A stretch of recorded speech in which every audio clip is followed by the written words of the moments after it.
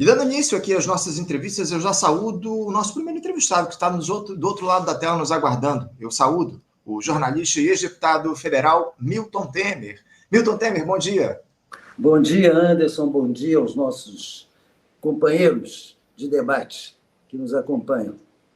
Milton, é sempre uma alegria te receber aqui no programa. Agradeço demais por você atender ao nosso convite para fazer esse diálogo e temos temas muito relevantes para discutir contigo aqui no programa de hoje. Eu quero muito te ouvir, Milton, a respeito do drama que os palestinos seguem enfrentando há quase 1 mês e meio lá em Gaza, com massacre empreendido pelo Estado de Israel, exterminando a população daquela região sem distinção, homens, mulheres, crianças, idosos, em um projeto claro de limpeza étnica.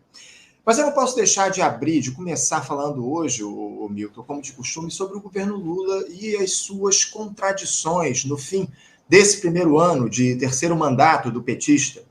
O discurso neoliberal, Milton, ganha cada vez mais espaço, com restrição dos investimentos públicos para tentar se alcançar uma meta de déficit fiscal primário impossível para o ano que vem, a manutenção na aposta nos programas de transferência de renda, a adesão ao fisiologismo absoluto em troca de alguma governabilidade, com o Centrão cada vez mais empoderado, Milton.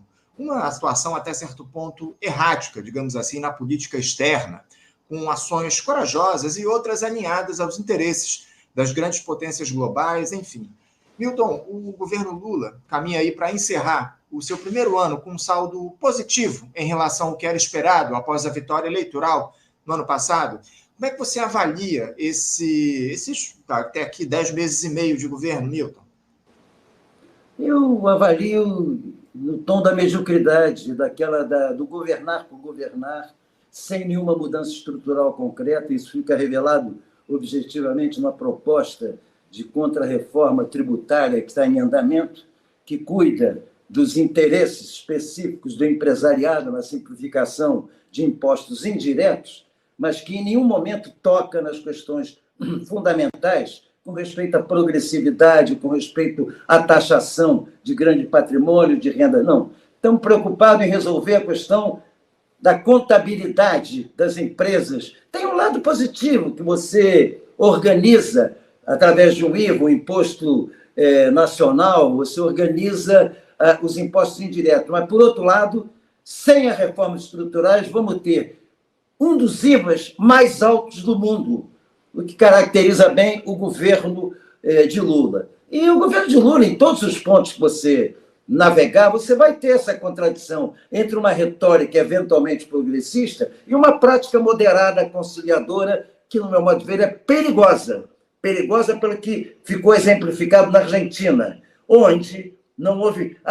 os jornalistas estão surpresos porque há um clima de apatia total depois do resultado da eleição. A própria vitória do Bolsonaro argentino não levantou as massas.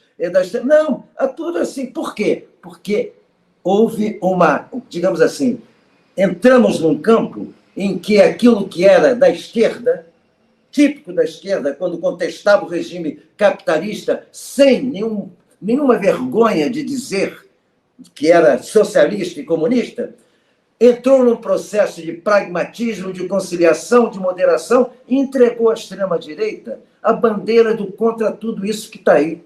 Contra tudo isso que está aí somos nós, porque eles no poder, como o Bolsonaro mostrou aqui, apenas radicalizam aquilo que a direita conservadora quer, que a direita capitalista quer, que é a derrubada de direitos, que é a absoluta, enfim, liberalização total, desregulamentação total da economia, dos interesses da manutenção do privilégio do grande capital. Então, esse primeiro ano do Lula tem pontos bons, tem pontos ruins, mas não tem nenhuma mudança fundamental que justificasse, digamos assim, um quadro de otimismo com o que virá pela frente. Continuamos numa total indecisão sobre que situação o campo progressista ou o campo direita, se é que ainda existe essa polaridade no Brasil, vão ter nas eleições municipais do ano que vem. Muito preocupante, de fato, o cenário, né, Milton? Você traz aí uma análise muito aprofundada em relação ao que nós temos a partir dessa gestão do presidente Lula. Você vê alguma possibilidade, Milton, do Lula, de alguma forma, se impor frente a esse fisiologismo que a gente observa lá, de um Congresso cada vez mais empoderado, especialmente essa turma do Centrão, ou a tendência, na tua avaliação, é que o poder do senhor Arthur Lira ele se amplie na República até o fim do período dele como presidente da Câmara lá em 2025. Como é que você vê a possibilidade de, nos próximos tempos, essa gestão se colocar à frente do que a gente tem hoje como o controle, como poder efetivo da República, que, eu te confesso, vejo ele muito na mão do Arthur Lira, né, Milton? Anderson, sério, eu tenho muita dificuldade em discutir essas questões de relações com o Arthur Lira. O pântano é todo consequência de uma política iniciada durante o primeiro mandato do presidente Lula, em que nós tivemos uma oportunidade histórica de consolidar uma democracia social nesse país. E eu estou falando de democracia social nos termos, inclusive, de uma economia capitalista. Não estou falando de revolução socialista, não. Agora, o que nós fizemos foi apenas desmobilizar, acomodar, estiolar a energia lutadora da base social. Então, o Arthur Lira faz o que quer e bem entende. Por exemplo, União Brasil. O União Brasil faz um movimento de tirar o Bivar da presidência do partido para colocar o vice numa guinada direita anunciada. No momento em que esse União Brasil tem 3 ministros no governo Lula. Agora, objetivamente, o que eu vou discutir aí? Não tem discussão sobre política no Brasil. Nós estamos aquele negócio do barco de papel em cima de uma marolinha na correnteza da chuva. Vai para onde der. Não tem nenhuma organicidade concreta que permita dar uma previsibilidade. Um ou outro momento. Agora, quando você vê o conjunto da obra, um identitarismo brutal na questão dos direitos civis, uma imprecisão absoluta naquilo que será realmente a decisão entre o projeto econômico. Nós temos um projeto econômico, uma discussão interna entre um setor conservador do partido, do governo, que é a chefia da Casa Civil com Rui Costa, querendo investimentos, e temos o Delfim Boa Pinta, simpático da economia, fazendo o que a Faria Lima determina. E você não sabe, o Lula vai escolher, cara, eu boto o dedo aqui ou acolá e decide na hora, pelo que for mais interessante. Não existe um projeto estratégico de poder, a não ser o de não criar problema para o grande capital. A única estratégia de poder deste governo é o seguinte, é a concepção sindicalista e não estadista de uma direção que pretende dizer como é que eu acerto o lado das pessoas que precisam sem incomodar aqueles que geram uma desigualdade social. Então, como é que eu acerto isso? É aquela coisa da liderança sindical. Nós vamos tirar o que for possível do grande capital para beneficiar. Aliás, tem uma história marcante disso. Quem consegue a isenção do imposto de produção industrial para as grandes montadoras de São Paulo não são os sindicatos patronais, foram os sindicatos de metalúrgicos na linha do seguinte: vamos acertar para ele a isenção desses tributos, porque isso resolve uma melhor condição de nossos salários. Resolveu para eles, por grande capital, pagar menos imposto, mas a questão salarial não se resolveu em nada. Pelo contrário, o desemprego latente e crescente se afirmou nessa metalurgia. Então, eu estou vivendo um momento de... Eu nem quero discutir, porque não há o que discutir na política brasileira. Não há um programa deliberado sobre o qual operar. Existe uma continuidade da condução dos interesses da grande fazenda. É isso. Milton, eu tenho pleno acordo com essa tua análise. Agora, isso se dá mais por conta de uma certa acomodação do nosso campo, Milton? Eu, sinceramente, tenho alguma dificuldade em entender os motivos que levaram a gente chegar até onde a gente chegou. Por que você acredita que a esquerda abandonou efetivamente a discussão sobre um programa, um projeto de país nessas últimas décadas, Milton? Ô, Anderson, você conhece a esquerda não abandonou. A esquerda foi levada a uma forma, com uma grande traição ao que seria a eleição de um governo popular e democrático. Vamos ver, a esquerda não está morta agora. A esquerda começou a morrer na eleição do Lula em 2002. Quer dizer, a recuperação disso vai ser quase... Não é para essa geração. Ou seja, nós conseguimos jogar na lata do lixo todo o espírito de mobilização, de participação e de pressão social que a esquerda exerceu na oposição a Fernando Henrique Cardoso com o primeiro governo Lula, que foi a continuidade agravada do modelo neoliberal de Fernando Henrique. Vamos ter isso claro. Aquela parceria, que eu diria cumplicidade, Meirelles-Palocci, entra aqui para aumentar a questão do superávit, para radicalizar, inclusive na perspectiva de... Aliás, o próprio Lula disse, os banqueiros não têm o que reclamar do meu governo porque nunca lucraram tanto na história da República quanto no governo dele. Se os banqueiros lucraram tanto, de uma maneira incomparável na República, é porque, objetivamente, o grande capital só teve a ganhar com aquilo. E quando o grande capital perde, o mundo do trabalho ganha, o mundo do trabalho está perdendo. Porque, como diz Antônio Guterres, nada vem do vácuo. Existe uma questão concreta. Agora, eu hoje te confesso, pessoalmente, eu estou muito mais interessado em marcar e em seguir, porque eu acho que, por exemplo, essa eleição do Milei, para nós, deve ser exemplar. Apática, porque na Argentina a esquerda combativa foi neutralizada por essa política de conciliação dentro do peronismo.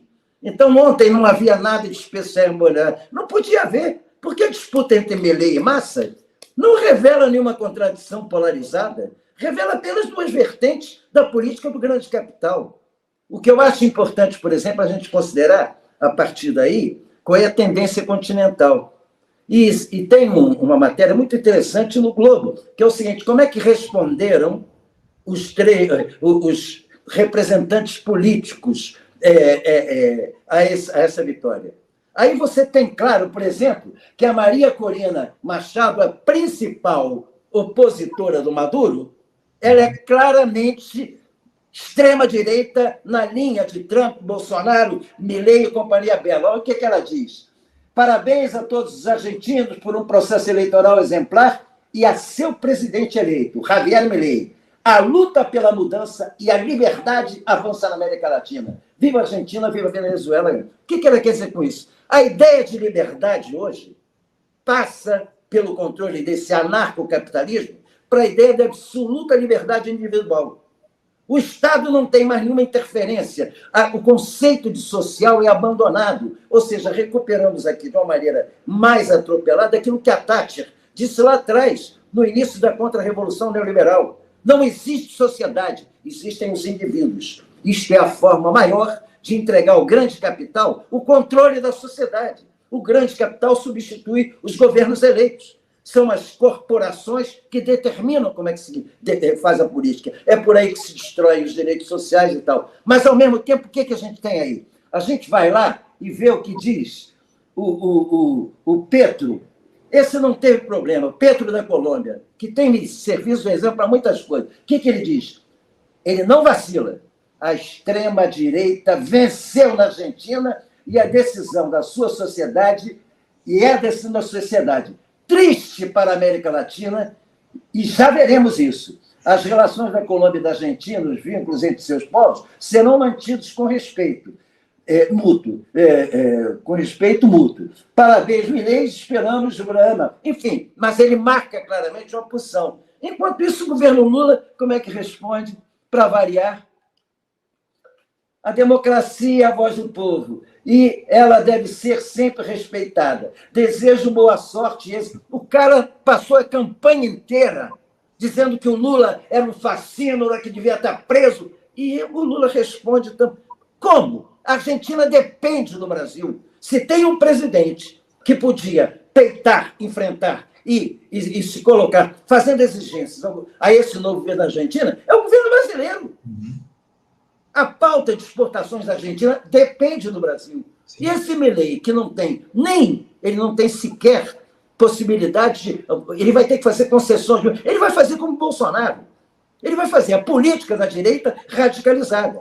Não precisamos de um ajuste fiscal. Lamentavelmente, vamos ter que sacrificar direitos sociais e tal. E vai radicalizar, como o Bolsonaro fez aqui. E nós ficamos com esse lenga-lenga, como se nós dependêssemos dele.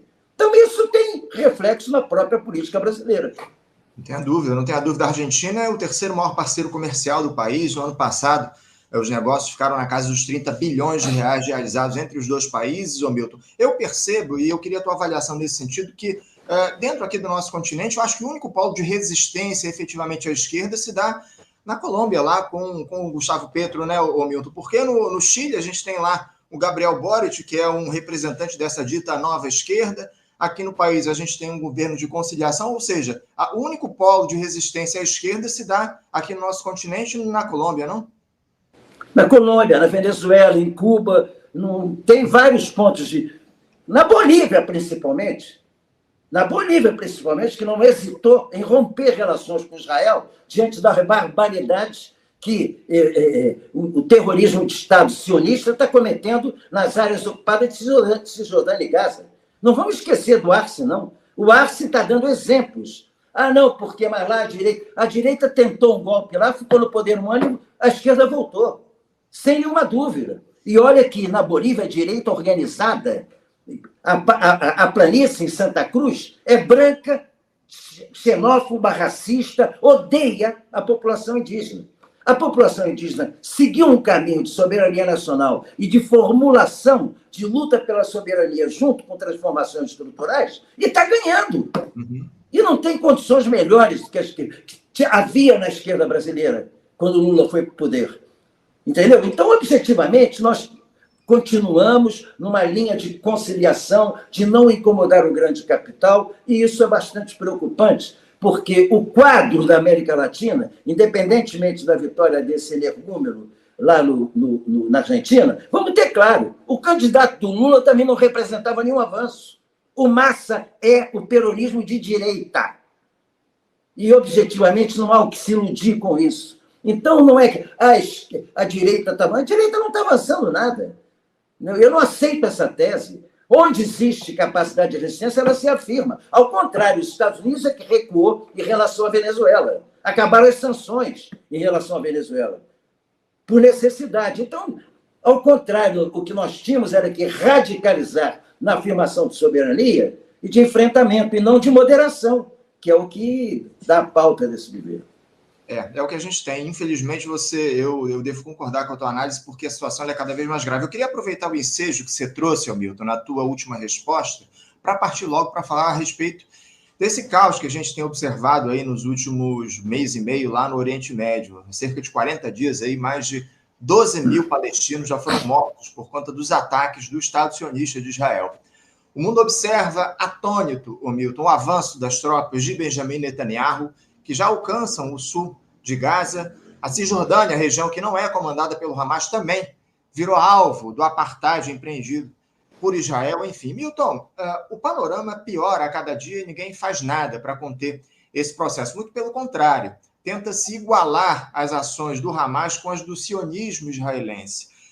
Milton, por que o discurso majoritário não considera o sionismo um movimento de caráter terrorista, de cunho racista? Por que esse malabarismo retórico em boa parte do mundo para defender o horror que o Estado de Israel promove, Milton?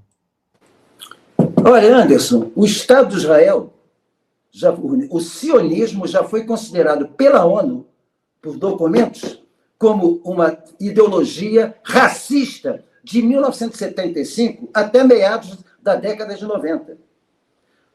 Isso quando o mundo tinha uma polarização entre o chamado socialismo real e o mundo capitalista.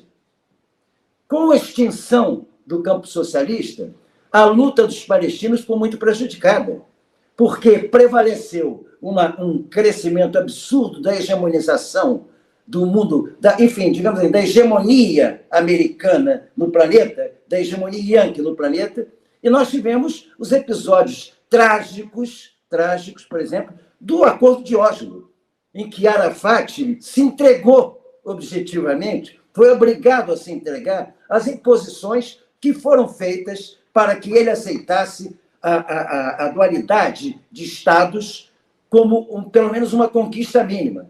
Nessa aceitação, porque é preciso ter claro uma coisa, em 1947, o New Geographic Magazine publica um mapa da Palestina. Não tem nenhuma referência a Israel. O mapa é da Palestina.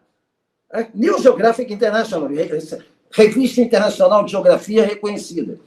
A criação artificial do Estado de Israel impôs, por uma dinâmica muito especial, porque naquele contexto, por incrível que pareça, correspondia a um avanço em função dos governos conservadores que haviam no entorno.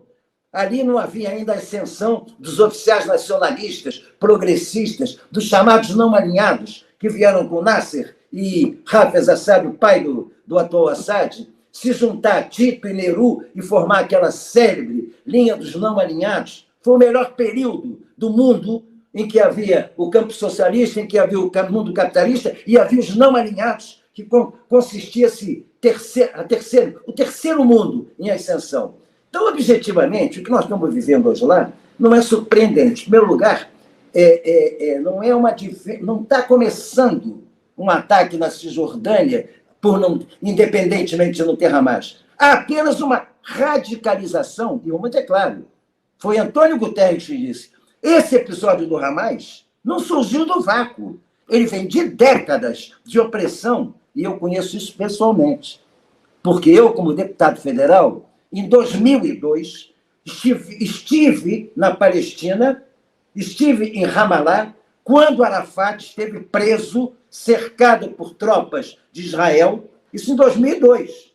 O governo, a cidade ocupada por tropas israelenses, com o povo tendo o direito de sair à rua 1 hora por dia para fazer compra, todo mundo na janela, e nós circulando pela cidade, a comissão de deputados que estava lá em observação, com a bandeira branca, para poder andar na rua, porque na cada esquina tinha um tanque. Então, eu vi, pessoalmente, a repressão em Jenin. Eu estava em Jenin no dia em que tropas israelenses invadiram aquela aldeia.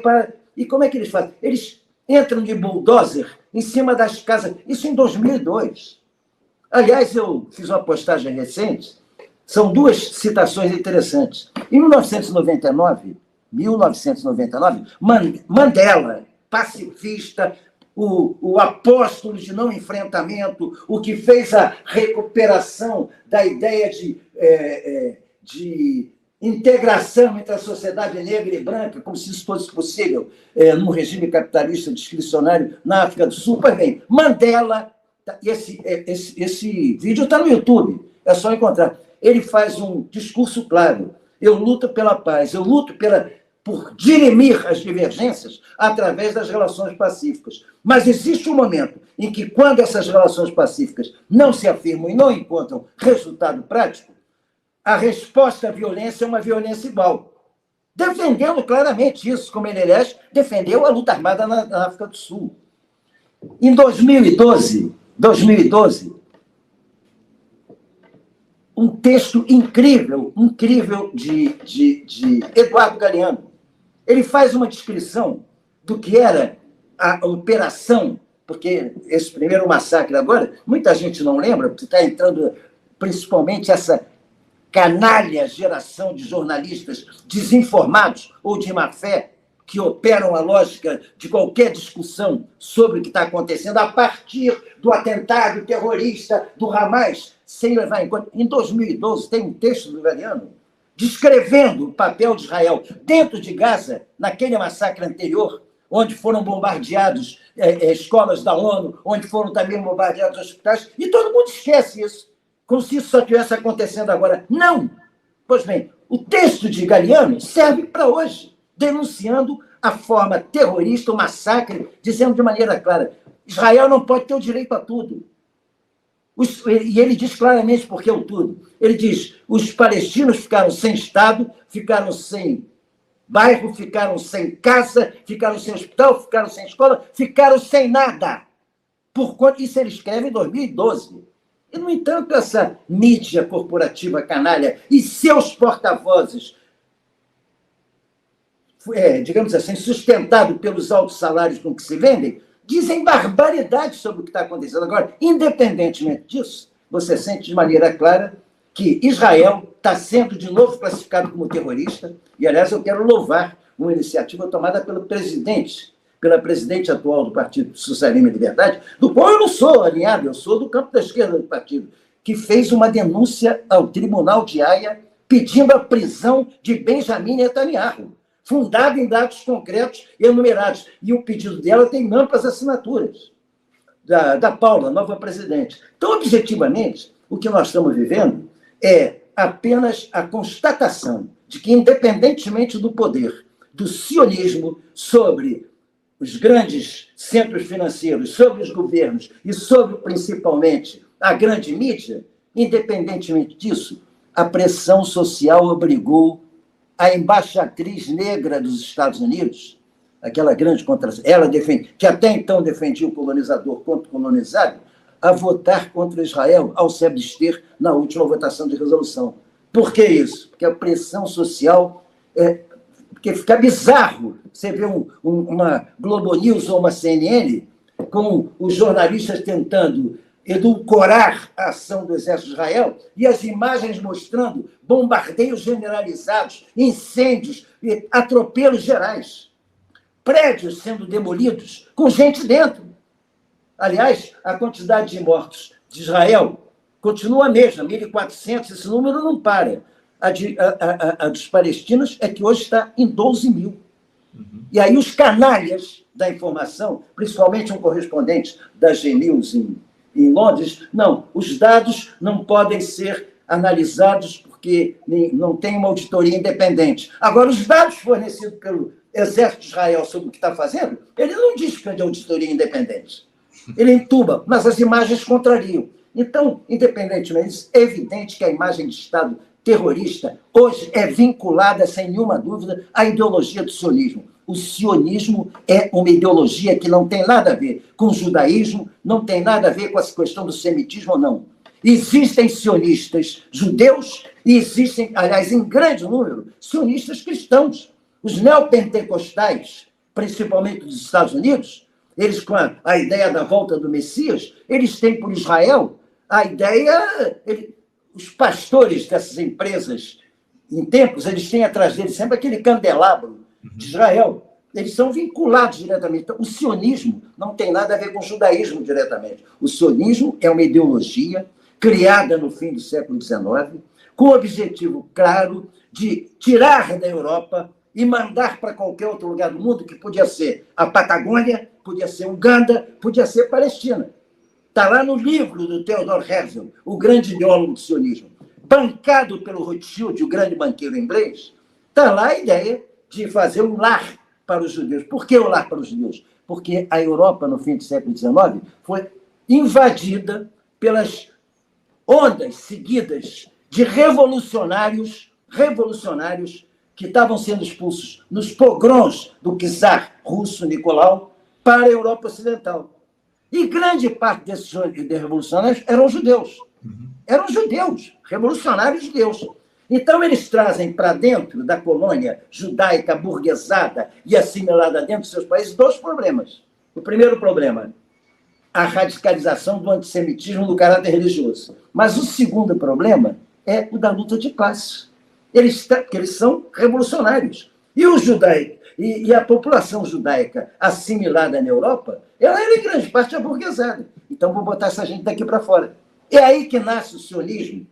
E, lamentavelmente, com o fato desses primeiros expulsos, porque foi a criação, a ideia de um Estado judaico é uma ideia antissemita. É para expulsar os judeus pobres, porém revolucionários, para uma área que não os incomode os judeus burgueses dentro dos seus países de origem. Então, objetivamente, hoje não se pode ter dúvida, o sionismo está comprovado. Aliás, basta ler um livro, O Estado Judeu, do Theodor Herzl. É uma ideologia colonialista, expansionista e, por via de consequência, racista. Milton coloca os pingos nos is em relação ao que a gente observa nesse suposto conflito lá em Gaza, porque de conflito não tem nada. Essa situação que há, de fato, é um morticínio lá dos palestinos, a gente tem visto nos últimos tempos, e você trata, acima de tudo, você traz uma série de componentes históricos que validam essa tua análise. Agora, Milton, eu também queria falar sobre um personagem, na verdade, um órgão liderado por um personagem que você trouxe aqui. Eu queria falar um pouco sobre a ONU, né? A gente também observa uma incapacidade da Organização das Nações Unidas, Milton, de se impor diante desse massacre palestino. Essa semana que passou, você até trouxe aqui na tua última resposta, a gente teve apenas a primeira resolução aprovada pelo Conselho de Segurança da ONU, requisitando o que eles chamam de pausa humanitária nos ataques a Gaza, em um texto já muito rebaixado, né, Milton, e que foi solenemente ignorado pelo Estado de Israel. Milton, isso reflete mais a falência absoluta de um órgão como a ONU ou esse total desapreço de Israel pelas decisões tomadas em fóruns internacionais em defesa dos direitos humanos? Por que esses fóruns não agem no contexto evidente de massacre, de limpeza étnica que há em Gaza, Milton? Porque o problema fundamental da ONU não é a existência da ONU.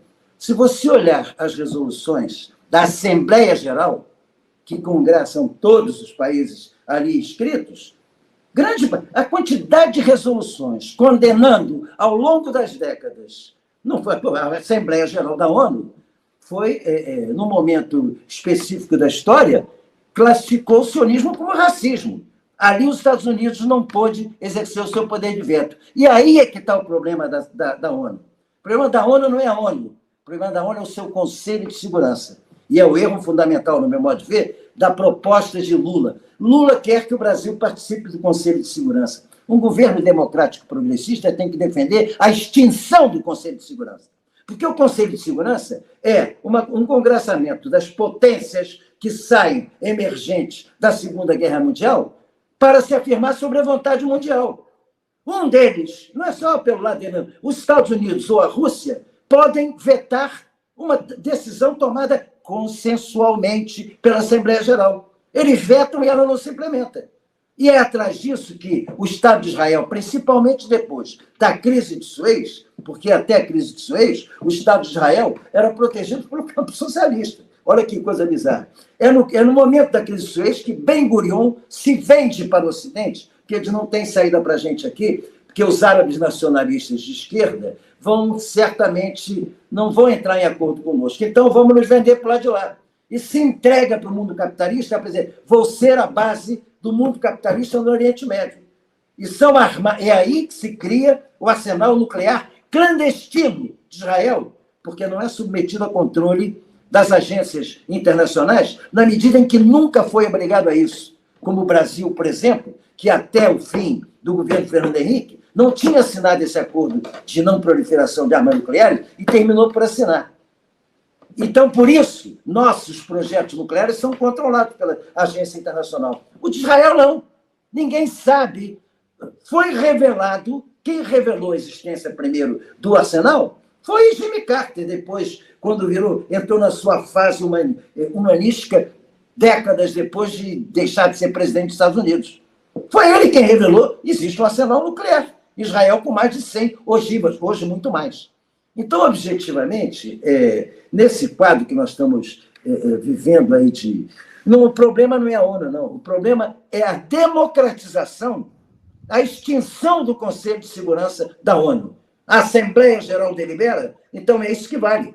A Assembleia Geral elege o secretário-geral, uma comissão executiva para executar o que a Assembleia Geral deliberar, e não para vetar o que a Assembleia Geral delibera. Esse é que é o grande problema, no meu modo de ver. Conselho de Segurança que foi liderado pelo Brasil recentemente, né? Cerca de um mês atrás, o Brasil... Liderado, não. Fazendo o papel de organizador dos debates. Quem deliberou foi a embaixadora americana. É isso. Milton, falando sobre o Brasil, a gente viu na última semana também, pela primeira vez, o presidente Lula condenando os ataques de Israel e caracterizando eles como terrorismo lá a Gaza, o que acabou provocando uma grita enorme da mídia dominante. No entanto, o Lula, ele de alguma forma, Milton, acaba igualando as ações do exército de Benjamin Netanyahu com a defesa que o Hamas faz da causa palestina. Parte da esquerda defende que o presidente brasileiro, Milton, convoque o embaixador do país em Israel como sinal de desapreço às iniciativas do exército daquele país. Essa postura do Lula, Milton, de não tomar, de alguma forma, um partido de maneira mais definitiva em relação a essa questão, igualando Hamas e Israel, se dá no bojo de uma tentativa do nosso presidente se colocar como uma figura, digamos assim, aceita pelo imperialismo? O Lula busca se capitular com essa e outras atitudes também como uma liderança global, Milton? O problema do Lula é que ele é uma pessoa, vamos ter claro, ele se definiu como metamorfose ambulante. Uma metamorfose ambulante é alguém que não tem posição fixa sobre nada. O Raul Seixas tinha talento com a sua metamorfose ambulante na medida em que você tinha um eixo progressista na linha do que ele fazia. E ele não se propunha a fazer revolução nenhuma. O Lula se propõe a ser liderança de um campo que tinha, e de um partido que tinha na sua formação original, estatutária, caráter classista de um partido socialista. E ele se nega a ser de esquerda e, evidentemente, a pôr em prática um governo, um programa que seja classista e socialista. Ao contrário, ele opera com uma lógica sindicalista de acomodação, de travesseiro entre forças opostas que se chocam. É a vocação dele. Então, ele faz discursos radicais, mas, ao mesmo tempo, ele monta uma equipe operativa conservadora para tudo. Esse chanceler dele é um moderado, se deu bem com tudo que é governo. Entendeu? Então, vamos ter claro o que o Lula, quando ele diz que eu louvo o Lula quando diz que Israel é um Estado terrorista. E retiro a louvação quando vai para a hora da exigência prática.